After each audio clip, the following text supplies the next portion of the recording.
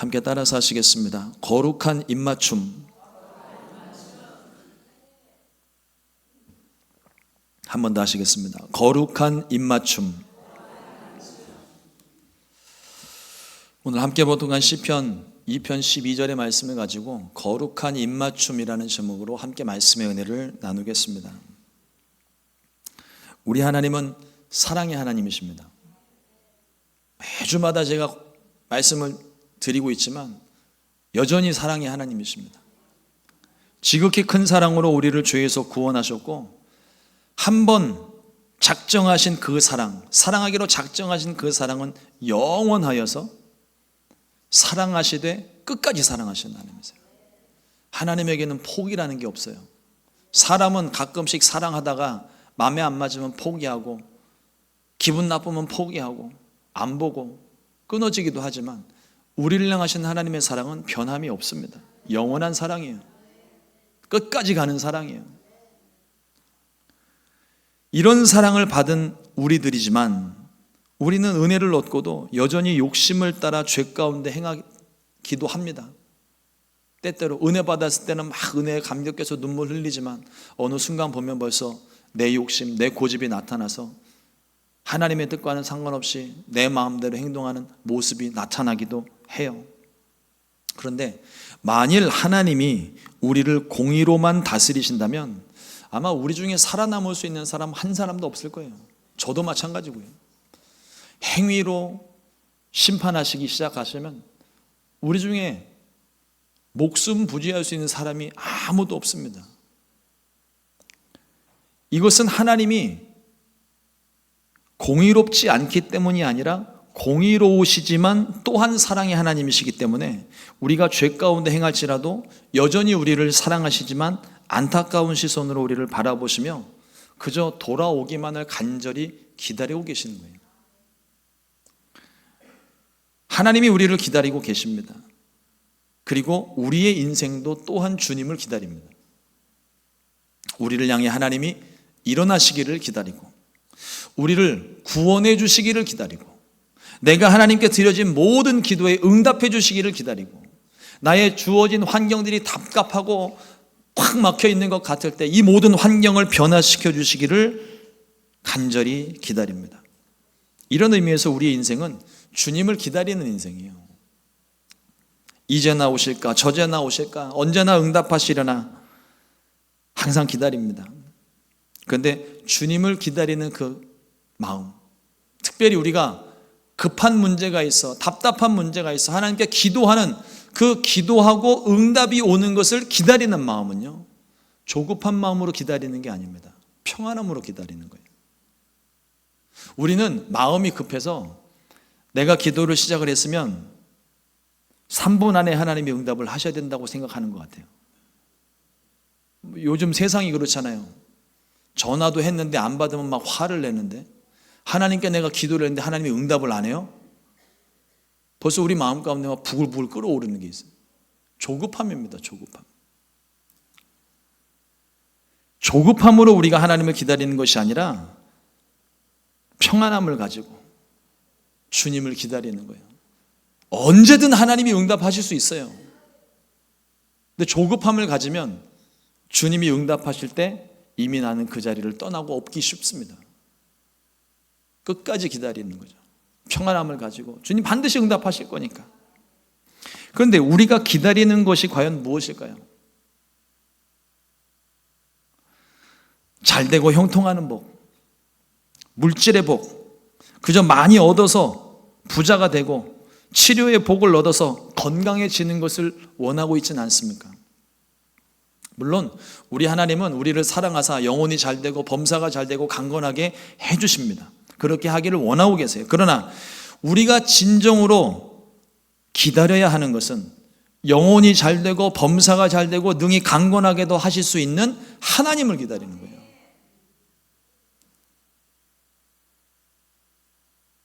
다시 오실 주님을 기다리며 고난 중에 우리를 구원하실 하나님을 기다리고 우리의 기도에 대한 응답을 기다리는 거예요. 전에 제가 한번 말씀을 드린 적이 있었는데, 저는요 학교 다닐 때 초등학교,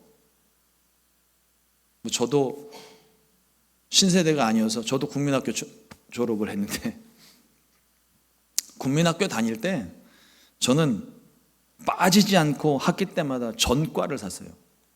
표준 전과. 그래서 과목별로 있는 막 전과 이런 거 있잖아요. 그걸 가지고 빠지지 않고 제가 다 샀어요. 이유는 공부를 하기 위해서가 아니라 별책부로 얻으려고. 공과책이 안 팔리니까 애들을 꼬시느냐고 별책 부록을 넣어줍니다. 장난감도 넣어주고 만화책도 넣어주고 뭐 때로는 뭐 간식을 넣어주기도 하고 뭐 이런 것들을 넣어줘서 아이들을 현혹시켜서 전과를 팔아먹는 거예요. 근데 사실 전과의 목적은 공부하는 데 있는데 저는 전과를 사기는 샀는데 전과는요 항상 깨끗했어요. 새 것과 다름이 없었습니다. 2년이 지나도 새 것 같았어요. 그런데 받았던 별책 부록은 닳고 닳아 없어지는 거예요. 제 목적은 공부가 아니라 별책 부록이 있었기 때문에 우리가 하나님께 복을 구하는 게요 별책 부록을 구하는 것처럼 구하면 안 돼요. 복을 주시는 하나님을 구해야 되는 겁니다. 그러니까 이것은 내가 하나님을 구하게 됐을 때 마치 내가 공부하기 위해서 전과를 샀는데 이런 별책 부록도 얻는 것이 이게 맞는 거지. 별책 부록을 샀더니 전과가 오는 거는 이건 뭐가 잘못돼도 한참 잘못된 거예요. 근데 우리가 하나님께 기도할 때 복을 구할 때 이와 같은 모습으로 구할 때가 많습니다. 하나님이 내게 복 주시는 것, 내게 주어진 내 손에 쥐어진 건강과 물질, 뭐 성공 이런 것들을 가져야 내가 하나님께 응답받았다고 생각을 하는 거예요. 그렇지 않습니다. 우리가 구하는 거는요 이런 것들을 다 주실 수 있는 하나님 구하는 거예요. 하나님을 구하게 되면 나머지는요 저절로 따라오는 거예요. 제가 가서 전과를 사게 되면 별책 부록이 저절로 따라오는 것처럼 내가 하나님을 믿고 하나님을 나의 주인으로 모시고 섬기면 그 다음에 하나님이 영혼도 잘 되게 해주시고 범사도 잘 되게 해주시고 강건하게도 만들어 주시는 거예요. 아니어도 상관없어요. 나는 하나님을 얻었기 때문에. 이렇게 우리가 하나님을 기다리는데 그렇다면 어떤 모습으로 우리가 하나님을 기다려야 될까요? 구체적으로 무엇을 기다리며 우리는 왜 기다리는 걸까요? 오늘 말씀 가운데 큰 은혜와 감동이 있었습니다. 시편 2편 12절 말씀을 제가 다시 봉독해 올립니다. 그의 아들에게 입맞추라. 그렇지 아니하면 진노하심으로 너희가 길에서 망하리니 그의 진노가 급하심이라. 야훼께 피하는 모든 사람은 다 복이 있도다. 하나님을 기다리는 사람은요 하나님을 기다리면서 그냥 있는 자리에서 멍하니 우두커니 서서 하나님을 기다리는 게 아니에요. 하나님께로 나아오는 사람을 말하고 있습니다. 하나님을 만나기 위해 적극적으로 하나님을 찾는 사람을 이야기하는 거예요. 실패의 자리에서 하나님을 찾는 사람, 절망의 자리에서 하나님을 찾는 사람, 위기의 자리에서 하나님을 찾는 사람, 문제와 세상 근심 염려에서 하나님을 찾고 하나님께 피하는 사람, 이런 사람들이 복을 얻는다고 오늘 말씀합니다. 단순히 문제가 해결됐기 때문에 복 받았다고 말하는 게 아니에요. 하나님이 주시는 평안을 얻었기 때문입니다. 요한복음 14장 27절 말씀에 평안을 너희에게 끼치노니 곧 나의 평안을 너희에게 주노라. 내가 너희에게 주는 것은 세상이 주는 것과 같지 아니하니라. 너희는 마음에 근심하지도 말고 두려워하지도 말라. 여러분 우리가 문제를 만나면 다 그런 경험들이 있잖아요. 문제 만나면 누가 시키지 않아도 알아서 새벽 예배하고 알아서 철야기도 하고 금식기도 하고 빠졌던 주일 예배 나오고 기도원도 찾아가고 그래요. 왜 그렇습니까? 발등에 불 떨어졌거든요. 그런데 발등에 불 떨어져 시작된 기도가 며칠 지나지 않아서 마음의 평안함을 찾습니다. 처음 기도를 시작할 때는 두려움으로 시작을 해요. 답답함으로 시작을 합니다. 그런데 기도하다 보니 어느 순간 내 마음에 평안이 찾아와요. 왜 이 평안이 올까요? 하나님이 응답하셨거든요. 하나님이 말씀을 주셨거든요. 근데 이 평안은요 문제 해결 여부와 상관없이 옵니다. 해결돼도 평안이 오는데 해결 안 돼도 평안이 와요. 왜냐하면 하나님이 나와 함께 계신 게 믿어지기 때문에, 하나님이 나와 함께 내 기도를 듣고 계신 것을 내가 알기 때문에 기도를 시작하면 마음이 편안해지는 겁니다. 문제 해결 여부와 상관이 없더라고요. 그러므로 하나님 앞에 나와서 기도할 때 하나님을 구하세요. 응답을 구하지 마시고 하나님을 구하세요. 그러면 하나님이 마치 부모님들이 자녀들의 필요한 것을 알아서 나 공부하는데 도움되라고 전과도 사주시고 별책부로도 붙여주시는 것처럼, 또 먹을 것도 먹이시고 입히시고 재워주시고 키워주시는 것처럼, 굳이 아이들이 부모님에게 이거 필요해요라고 얘기하지 않아도 아이들의 필요한 것들을 부모님이 제일 잘 알잖아요. 그래서 챙겨주시잖아요. 마찬가지예요. 우리에게 필요한 것을 하나님이 제일 잘 아십니다. 나보다 나를 더 잘 아세요. 그래서 우리가 하나님을 구하게 되면 그때 하나님이 내게 필요한 것들을 공급해 주시는 거예요. 채워주시는 거예요. 고쳐주시는 거예요. 회복시켜 주시는 거예요. 그러므로 우리는 하나님께로 나와야 됩니다. 하나님께로 피해야 되는. 근데 죄 가운데서 돌아오는 사람, 세상에서 돌아오는 사람이 그냥 돌아옵니까? 죄가 있는 사람은 하나님께로 그냥 못 나옵니다. 하나님은 거룩하신 하나님이기 때문에 죄와 함께 하실 수가 없어요. 그래서 하나님의 거룩하심이 인간의 죄성을 향해 돌격하십니다. 성경에 기록이 있는 거예요. 이스라엘 백성들이 하나님을 만나러 시내산으로 오르는 길에 하나님께서 가까이 다가올 때마다 정결하게 성결하게 씻고 또 씻기고 또 씻기고, 그러면서 마지막에 하신 말씀이 뭐냐면 내게 가까이 오게 하지 말라. 내가 저들을 향해 돌격할까 하노라. 하나님의 거룩하심이 자동 반사적으로 죄를 향해 돌격해 나가는 거예요. 그러면 어떻게 합니까? 죄인들이 어떻게 주님께로 나갈 수 있을까요? 구약시대 같으면 하나님께 나아가는 자는 제물을 가지고 제사를 통해 하나님께 나아갈 수 있었지만, 이제 우리들은요, 예수 그리스도로 말미암아 누구든지 하나님께로 나아갈 수 있게 하셨어요.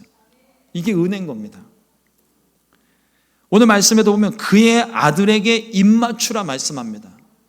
예수님을 통해서 하나님께 나아갈 수 있다는 거예요. 예수님께서 하나님과 우리 사이에 화목제물이 되어주셨고 중보자가 되어주셨고, 하나님과 우리 사이에 막힌 죄의 담벼락, 가로막고 있는 모든 담벼락을 허물어 주셨습니다. 그리고 이제는 새로운 길을 열어주신 거예요. 그런데 유일한 길이에요. 그 길은 생명의 길입니다. 예수님을 믿어야 그 길로 들어갈 수 있는 거예요.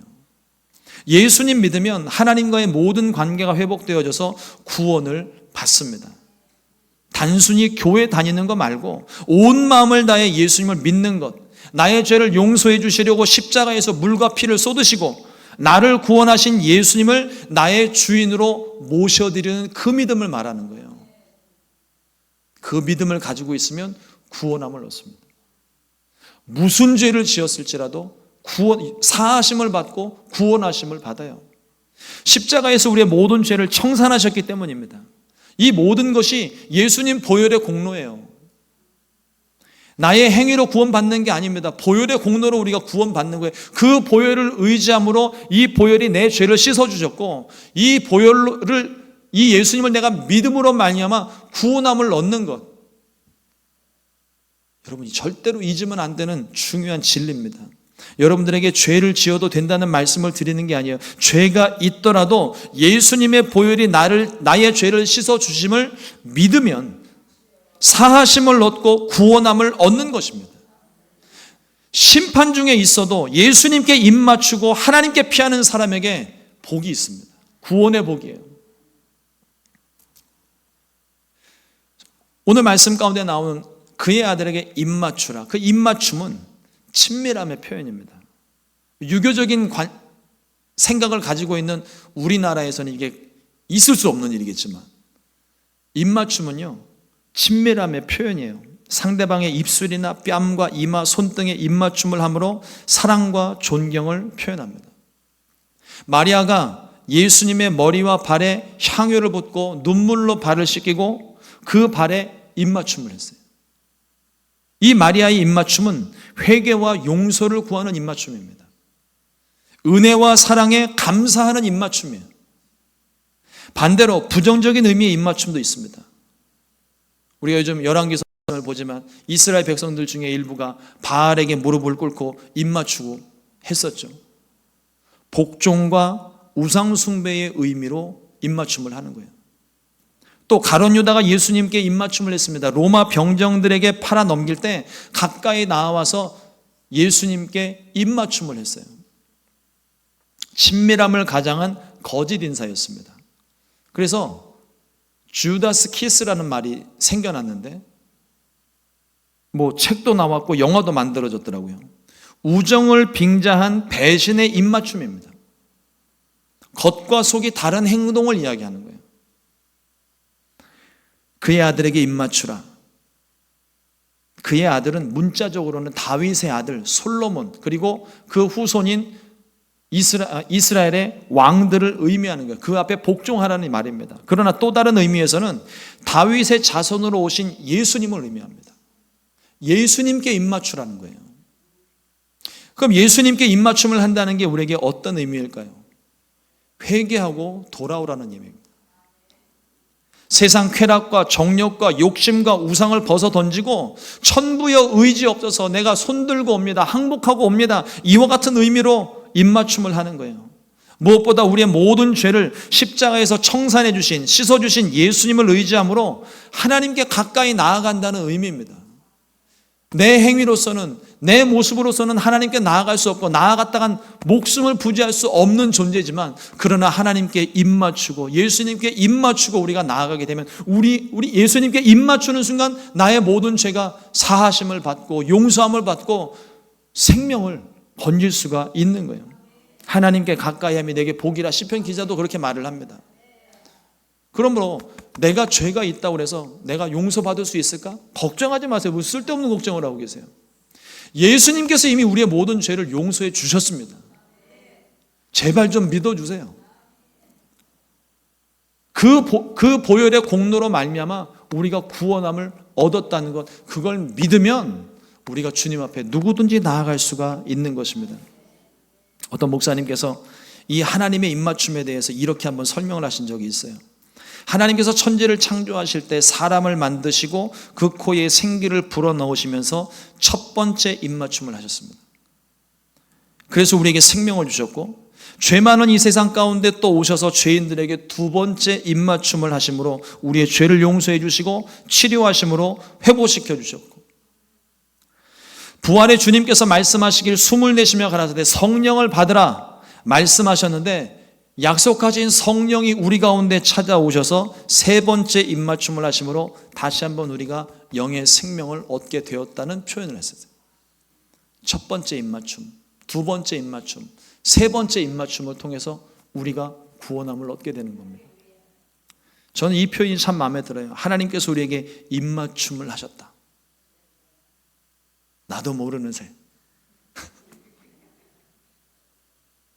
여러분들은 어떻습니까? 하나님과 입맞춤 하셨습니까? 다른 말로 표현하자면 하나님과 친밀하십니까? 하나님께 온전히 순종하고 계십니까? 하나님이 우리를 찾아오셔서 첫 번째, 두 번째, 세 번째 입맞춤을 주셨어요. 이제는 우리 차례입니다. 우리를 향하신 하나님의 입맞춤에 사랑과 구원, 우리를 향하신 하나님의 입맞춤이 사랑과 구원의 의미라면, 우리의 입맞춤은, 하나님을 향한 우리의 입맞춤은 회개와 순종의 의미입니다. 수많은 죄에서 돌이켜 주님께로 돌아와 회개하는 입맞춤, 죄 많은 이 세상에서 방황하다가 우리를 기다리시는 주님께로 돌아와 순종하는 입맞춤, 내 마음대로, 내 고집대로 살다가 실패하고 좌절된 마음으로 모든 것을 포기하고 이제는 주님 뜻대로 살겠다고 다짐하는 결단의 입맞춤, 우리가 주님께 드려야 되는 입맞춤에 이러한 의미들이 있는 거예요. 이제는 우리가 하나님께 반응할 차례예요. 우리에게 입맞춰 주심으로 나를 살리시고 나에게 생명을 주신 그 주님께 우리가 순종과 사랑의 마음을 담아 하나님께 입맞춤을 하는 것입니다. 여러분, 우리가 예수님 믿을 때 예수님을요, 내 죄를 용서받기 위해 주님을 도구로 쓰지 마세요. 내 죄를 용서받기 위해 주님이 존재하는 게 아닙니다. 주님이 계셨고 그분이 우리에게 사랑을 주셔서 내가 용서함 받은 거예요. 예수님께 입맞춤 한다는 것은 예수님과의 친밀한 관계를 의미합니다. 주님을 뜨겁게 사랑하는 마음이에요. 손뼉도 마주쳐야 소리가 난다고 예수님께서 우리에게 십자가로 사랑을 보이시고 거룩한 입맞춤을 하셨는데, 우리도 이제는 주님께로 돌아와 순종과 복종, 사랑과 존경의 입맞춤을 해야 할 줄로 믿습니다. 예수님과 하나 되는 거룩한 입맞춤을 하게 될 때 우리 안에 성령이 또 임하십니다. 세 번째 입맞춤, 첫 번째 입맞춤과 두 번째 입맞춤이 한 번으로 단번에 완성이 되었다면, 세 번째 입맞춤은요, 죽는 날까지 반복이 되는 겁니다. 끊임없이 성령의 입맞춤이 우리 가운데 있어서 지친 영혼이 살아나고, 잠든 영혼이 깨어나고, 죽었던 영혼이 살아나고, 성령을 통해서 끊임없이 일어나는 역사예요. 그러면 우리가 주와 함께 영원히 살 수 있게 됩니다. 요한일서 1장 3절 말씀에 우리가 보고 들은 바를 너희에게도 전함은 너희로 우리와 사귐이 있게 하려 함이니 우리의 사귐은 아버지와 그의 아들 예수 그리스도와 더불어 누림이라. 사랑하는 성도 여러분, 하나님께 입맞춤 하시겠습니까? 하나님과 친밀해지기를 원하십니까? 어쩌면 우리가 지은 죄가 너무 많아서 가능할 수 있을지 걱정하고 계시지는 않습니까? 우리가 그런 걱정을 하고 있다는 건 내가 믿음이 없다는 반증이에요. 주님은 이미 우리의 모든 죄를 용서해 주셨고, 믿기만 하면 없이 다 해주겠다고 이미 약속을 하셨는데, 내가 지은 죄가 너무 많아서 하나님께 나아갈 면목이 없고 하나님께 회개할 자격도 없다고 생각하고 그걸 차단해 버리는 건 그 믿음 없는 거죠. 믿음이 있는 사람은 내가 수많은 죄를 저질렀어도, 내가 죽을 죄를 저질렀어도 하나님이 내 죄를 용서해 주심을 믿고 죄인된 몸으로 주님 앞에 나오는 거야. 주님 앞에 나가다 내가 죽어도 상관없습니다. 죽더라도 내가 주님 앞에 나가겠습니다. 이와 같은 결단과 각오로 나아갈 때, 그게 믿음인 거예요. 그 믿음을 주님이 기쁘게 받으시고 우리를 그 죄 가운데서 구원해 주시는 줄로 믿습니다. 주님이 우리를 용서하시고 살리셨어요. 주님은 말씀하시길 믿음 없는 자가 되지 말고 믿는 자가 되라고 말씀하셨습니다. 저는 이 말씀을 굳게 믿습니다. 믿음 없는 자가 되면 안 돼요. 안 보고도 믿는 자가 돼야죠. 보이지 않는 것도 믿을 수 있어야 됩니다. 우리가 회개하고 돌아서기만 하면 주님은 우리를 기다리시는 주님께서 자리에서 벌떡 일어나 두 팔 벌려 우리를 안아주십니다. 그럼 그걸로 끝난 거예요. 뭐가 더 필요해요? 주님이 나를 안아주셨는데 뭐가 더 필요합니까?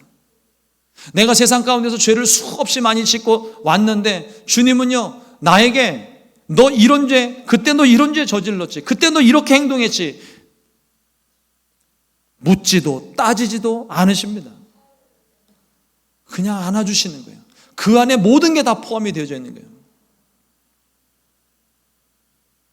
탕자의 비유를 보세요. 이 아버지가 주님의 마음인 거예요. 아들이 허랑방탕한 생활하면서 재산을 다 탕진하고 거지 행색으로 찾아왔을지라도, 이게 뭐 하루 이틀 지난 것도 아니고 몇 날 며칠 몇 달씩 걸려가지고서 찾아온 아주 거지 행색으로 왔을지라도 그 아들에게 죄를 묻지 않아요. 그 아들을 안아주는 것만으로 고생했지 내 아들, 힘들었지 내 아들, 너무 아버지 볼 면목이 없어서 이 아들이 아버지에게 고백을 합니다. 내가 아버지께 죄를 저질렀으니 나를 아버지의 품꾼 중에 하나로 삼으십시오. 무슨 소리냐? 내 아들이 살아 돌아왔는데 가서 잔치를 벌일 거다. 더 이상 이 아들에게 지나간 죄에 대해서 묻지도 않아요. 따지지도 않고 책망도 하지 않습니다. 이미 아버지 마음에는 이 아들이 살아 돌아온 것만으로도 이미 다 용서가 되었고, 그냥 그거 자체가 아버지에게는 선물과도 같은 거예요. 우리를 바라보시는 주님의 마음이 그런 겁니다. 내가 어떤 세상에서 어제까지 내가 무슨 짓을 저질렀다 할지라도 내가 오늘 진심으로, 진정된 마음으로, 여러분 그냥 무턱대고 아유 하나님 나 잘못했습니다 용서해 주세요 그러고서 저 성전문을 들어오는 게 아니라 정말 진실된 마음으로 내 죄를 깨닫고 통해 자복하는 마음으로 하나님, 이 죄인이 왔습니다. 받아주세요. 그러면 주님은요, 하늘 보좌에서 벌떡 일어나셔서 이 자리까지 다시 내려오셔서 우리를 확 끌어안아 주시는 거예요. 그러면 우리의 죄가 눈 녹듯 사라지는 겁니다. 내 마음의 상처와 아픔이 다 떠나가는 거예요. 내 마음의 고통과 슬픔이 다 떠나가는 거예요. 하나님 한 분만으로 만족한다는 게 바로 그런 의미인 거죠.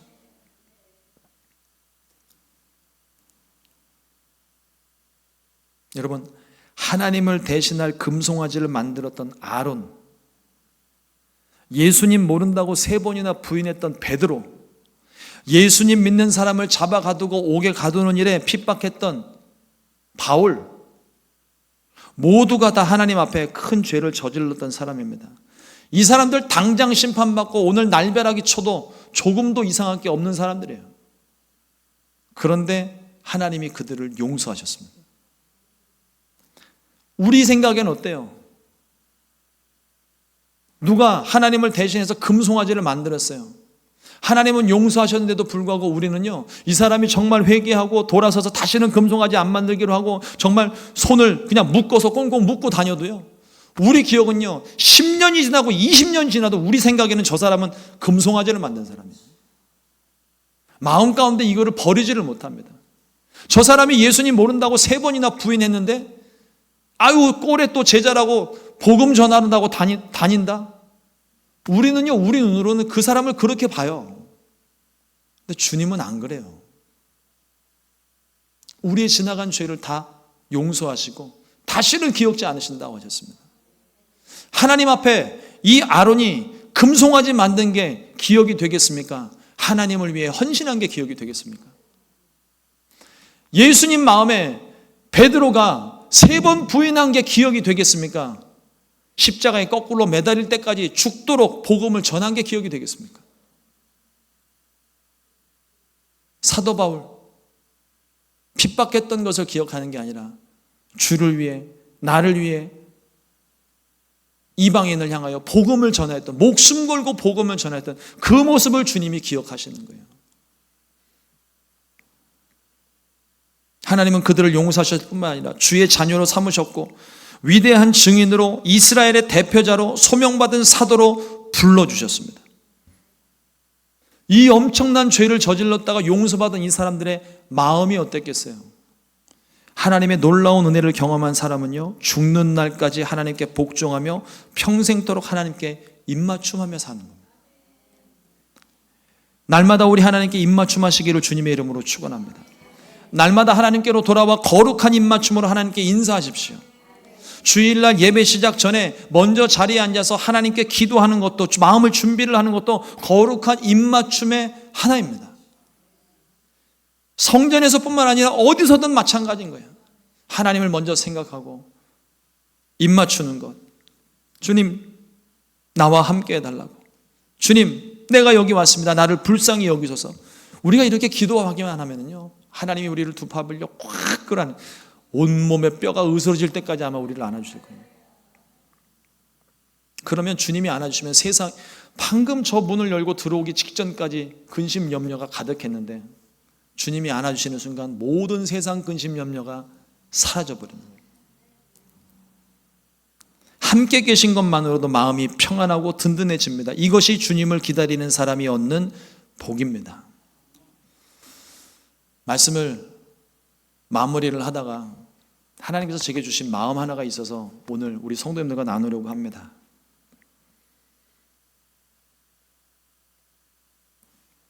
말씀을 준비를 하다가 우리에게 또 다른 기다림이 있다는 걸 깨닫게 하셨어요. 우리가 주님을 기다립니다. 다시 오실 주님 기다리고 응답도 기다리고 하나님이 나를 구원해 주시고 회복시켜 주실 걸, 모든 걸 기다리지만 우리의 또 다른 기다림이 있는데, 주님이 찾으시는 한 영혼을 기다리고 교회에 상처받았던 분들을 기다리고 세상에서 방황하는 분들을 기다리고 청년들과 젊은 부부와 교회 학교 자녀들을 우리가 기다리고 있습니다. 그런데 우리가 기다리던 분들이 교회에 오시면 우리가 그들을 받을 준비는 돼 있나요? 혹시 우리가 밑빠진 독은 아닌지 모르겠습니다. 하나님이 우리들에게 우리가 기다리는 이 영혼들을, 정말 소중한 영혼들을 우리에게 맡기시려고 한 영혼 또 한 영혼, 한 가정 보내주시는데, 우리가 밑빠진 독이 되면은요, 그들을 받아들일 수가 없습니다.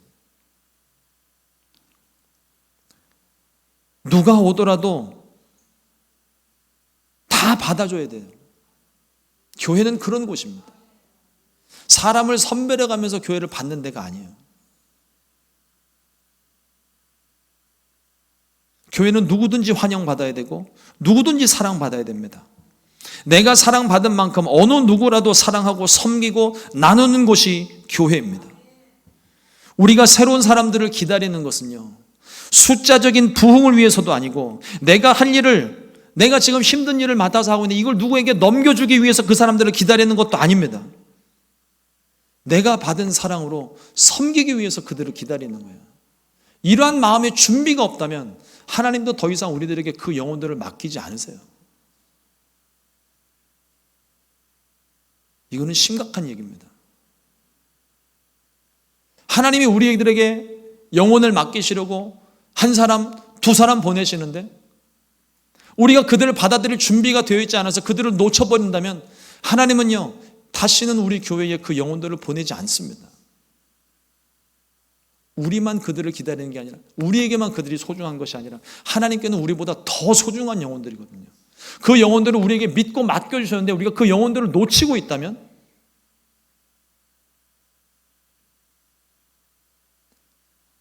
교회는 끝입니다. 우리가 오늘 말씀을 생각하면서 우리 마음간에 다시 한번 새겨야 되는 게 뭐냐면, 내 마음에 맞는 사람들만 받아들이는 게 아니에요. 맞지 않는 사람이라 할지라도 주의 사랑으로 받을 준비가 되어져 있어야 됩니다. 내 모습을 보세요. 내가 하나님 마음에 쏙 드는 사람이었습니까? 그럼에도 불구하고 하나님이 나를 용서해 주셨고 나를 사랑해 주셨고 구원해 주셨잖아요. 내가 그 사랑을 받았는데 나는 그 받은 사랑은 잊어버리고 내가 선별적으로 내 마음에 맞는 사람들만 그냥 끌어안겠다고 그 사람들하고만 끼리끼리, 주님께서 그거 원치 않으세요. 내가 받은 사랑 나누고 섬기기 위해서, 또 함께 신앙의 교제를 하고 어려움을 함께 짊어지기 위해서 우리가 그들을 기다리는 것이고, 또 주님도 그래서 우리들에게 그 영혼들을 맡기시는 줄 믿습니다. 우리의 입맞춤에 이 결단이 담겨져 있어야 돼요. 주님, 내가 섬기겠습니다. 주님이 나를 사랑하신 같이 나도 사랑하고, 주님이 죄인을 용서하신 같이 나도 그들을 용서하고, 주님이 섬기심 같이 나도 그들을 섬기겠습니다. 우리가 주님을 믿는다는 것은 거룩한 입맞춤과 함께 이 결단을 하는 거예요. 그리고 결단한 대로, 말로 끝나는 게 아니라 결단한 대로 행동하는 겁니다. 이러므로 다시 한번 우리 주님과 거룩한 입맞춤으로 모든 관계가 회복되어지고 하나님과 우리의 이웃을, 그리고 온 세상을 사랑하고 마음에 품는 저와 여러분들 되기를 우리 주님의 이름으로 축원합니다. 기도하겠습니다.